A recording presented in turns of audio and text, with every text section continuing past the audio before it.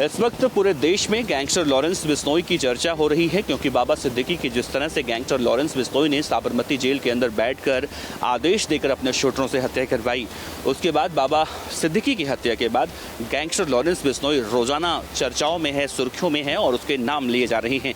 लेकिन बड़ा सवाल ये उठ रहा है कि लॉरेंस बिश्नोई आखिर ऐसी चीज़ क्या है कि मुंबई पुलिस इतने बड़े कांड के बाद लॉरेंस बिश्नोई की कस्टडी लेना तो चाह रही है लेकिन नहीं ले पा रही है। लॉरेंस बिश्नोई के सिर पर किसका हाथ है जो लॉरेंस बिश्नोई को मुंबई पुलिस की कस्टडी में जाने से बचा रहा है?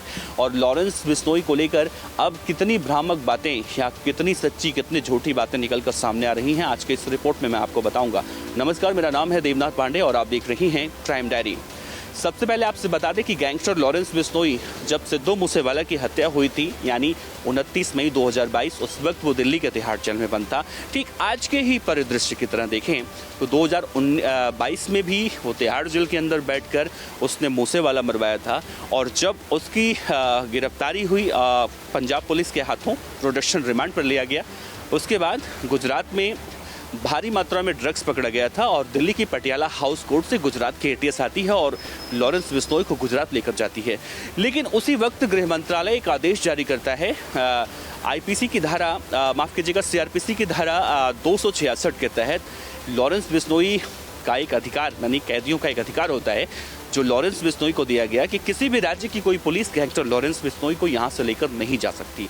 यानी कितना भी ज़रूरी काम हो, कितनी भी ज़रूरी पूछताछ हो, उस कैदी के सुरक्षा का हक होता है, उस कैदी का हक होता है और उसी हक का इस्तेमाल करते हुए गृह मंत्रालय ने लॉरेंस बिश्नोई को गुजरात के अहमदाबाद की साबरमती जेल में रख दिया।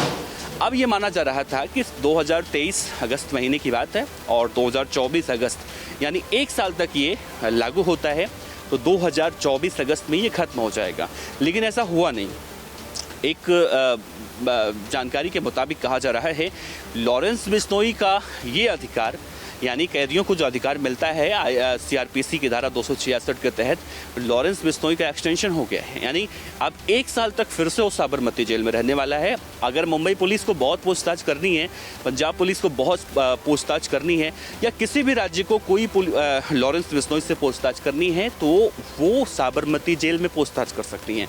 और साबरमती जेल में अगर गैंगस्टर लॉरेंस बिश्नोई से पूछताछ होती है तो आप अंदाज़ा लगाइए कि गैंगस्टर लॉरेंस बिश्नोई किसी को क्या बता पाएगा, या Mumbai police, Punjab police, Jharkhand police या जिन जिन राज्यों की पुलिस गैंगस्टर लॉरेंस बिश्नोई का रिमांड चाह रही हैं, वो उससे क्या निकलवा सकती हैं। यही सबसे बड़ी वजह है जो लॉरेंस बिश्नोई बार बार बच रहा है अपने कैदी होने का। ये जो हक है उसका, इसका नाजायज फ़ायदा भी लॉरेंस बिश्नोई उठा रहा है। लेकिन अलग अलग जगहों पर अलग अलग बातें कही जा रही हैं। कई सारे नेता ऐसे हैं जो लॉरेंस बिश्नोई को सीधे सीधे कहीं और जोड़ रहे हैं, यानी कह रहे हैं कि उनका सरपरस्त कोई और है। अब निशाना उनका कहां पर है ये बताने की ज़रूरत नहीं है, यहां पर किसी का नाम लेना ठीक नहीं है। लेकिन विपक्ष के नेता लॉरेंस बिश्नोई का सीधे सीधे तार कहीं और जोड़ रहे हैं, उस पर हम नहीं जाते हुए एक और नेता की अगर बात करें, बिहार में एक सांसद हैं पप्पू यादव। पप्पू यादव ने 2 दिन पहले ये कहा था कि लॉरेंस बिश्नोई को अगर मुझे 24 घंटे का टाइम दे दिया जाए तो मैं उसके पूरे नेटवर्क को ख़त्म कर सकता हूं। लेकिन जैसे ही पप्पू यादव का ये बयान वायरल हुआ, उसके बाद ये कहा जाने लगा कि पप्पू यादव की पिटाई हुई है, पप्पू यादव रोते हुए दिखाई दिए। और उसके बाद ये जो फैक्ट चेक हुआ तो जानकारी निकलकर सामने आई कि पप्पू यादव का रोता हुआ वीडियो दरअसल 2018 का है। लेकिन इन सब बातों को अलग रख दिया जाए तो अगर हम पुराने दौर को याद करें, जब उत्तर प्रदेश में कल्याण सिंह मुख्यमंत्री हुआ करते थे, यूपीएसटीएफ का पहली बार गठन हुआ था। जैसे ही यूपीएसटीएफ का गठन हुआ था, उस वक्त डीएसपी राजेश पांडे हुआ करते थे, जिन्होंने अपनी एक किताब लिखी है।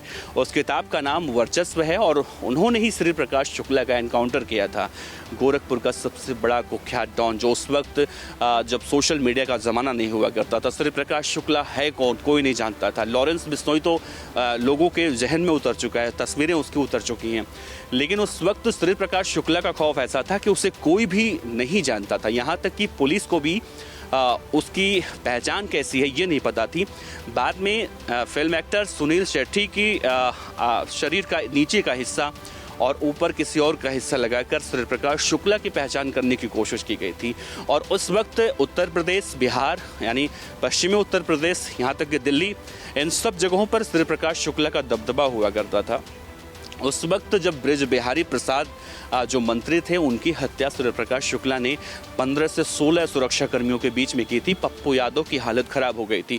पप्पू यादव उसके बाद जैसे ही उन्हें मालूम चला कि सूर्य प्रकाश शुक्ला को मारने के लिए उत्तर प्रदेश की सरकार ने एसटीएफ का गठन किया है और एसटीएफ के अधिकारी राजेश पांडे हैं या और जितने भी लोग हैं, और बिहार में जाकर जब वो सूर्य प्रकाश शुक्ला के बारे में जानकारियाँ इकट्ठा कर रहे थे, पप्पू यादव एक दिन वहाँ पहुँचते हैं और 4-5 अधिकारी वहाँ पर बैठे थे। पप्पू यादव सभी एसटीएफ के अधिकारियों के पैर छूकर प्रणाम करते हैं और कुर्सी पे बैठने के बजाय वो ज़मीन पर बैठ जाते हैं। जब एसटीएफ के अधिकारी पप्पू यादव से ये कहते हैं कि आप ज़मीन पर क्यों बैठ रहे हैं, तो पप्पू यादव हाथ जोड़कर कहते हैं कि नहीं, मैं यहीं पर ठीक हूँ। आप सोचिए, एक विधायक पुलिस वालों के सामने ज़मीन पर बैठकर हाथ जोड़कर ये कह रहा है कि मुझे बचा लीजिए। अगर जो व्यक्ति एक मंत्री को कुछ ही मिनटों में मार सकता है, 15-15 सुरक्षाकर्मी वहाँ पर होते हैं, वो मुझे मारने में कितना वक्त लगाएगा। वही पप्पू यादव आज ये कह रही हैं कि गैंगस्टर लॉरेंस बिश्नोई को 24 घंटों में खत्म कर देंगे। मान लिया अगर कानून की बातों को अलग रख के पप्पू यादव ये बयानबाजियाँ कर रही हैं, लेकिन जो ट्वीट उन्होंने किया है, उन्होंने कहा है कि ये देश हिजड़ों का देश है। ये पप्पू यादव एक माननीय सांसद साहब के शब्द हैं। इस देश के लोगों को हिजड़ों का देश कह रही हैं और ये कहीं ना कहीं इस देश के लोगों का भी अपमान है। साथ ही जो इस समुदाय से, जो LGBTQ समुदाय से लोग आते हैं, उनका भी अपमान माननीय सांसद पप्पू यादव कर रहे हैं। बहरहाल इस पूरी घटना के बाद पप्पू यादव का कहीं नामो निशान अभी नहीं है, उसके बाद कोई बयानबाजियाँ नहीं हुई हैं। जाहिर सी बात है कि राजनेता खबरों में बने रहने के लिए इस तरह की बयानबाजियाँ करते हैं। वैसे आपको क्या लगता है, क्या पप्पू यादव लॉरेंस बिश्नोई जैसे गैंगस्टर को 24 घंटों के अंदर खत्म कर सकते हैं? जो काम सरकार नहीं कर पा रही है, इंटेलिजेंस एजेंसियां नहीं कर पा रही हैं, उसके गुर्गों को नहीं पकड़ पा रही हैं, वो काम पप्पू यादव कर सकते हैं? या पप्पू यादव सिर्फ और सिर्फ ये स्टंट दिखा के खबरों में बने रहना चाहते हैं? दूसरा, ये गैंगस्टर लॉरेंस बिश्नोई का कभी मुंबई पुलिस रिमांड पर ले पाएगी? क्या बाबा सिद्दीकी की हत्या के पीछे सब कुछ जानने के बाद कि लॉरेंस बिश्नोई का हाथ है, मुंबई पुलिस कभी लॉरेंस बिश्नोई से इस मामले में कुछ उगलवा पाएगी? ये बहुत सारे सवाल हैं जो सवाल अब घूम रहे हैं। वैसे आप अपने विचार कमेंट बॉक्स में रख सकते हैं। आपका बहुत बहुत शुक्रिया। देखते रहिए हिंद फर्स्ट। कैमरामैन गौरव सक्सेना के साथ देवनाथ पांडे, दिल्ली।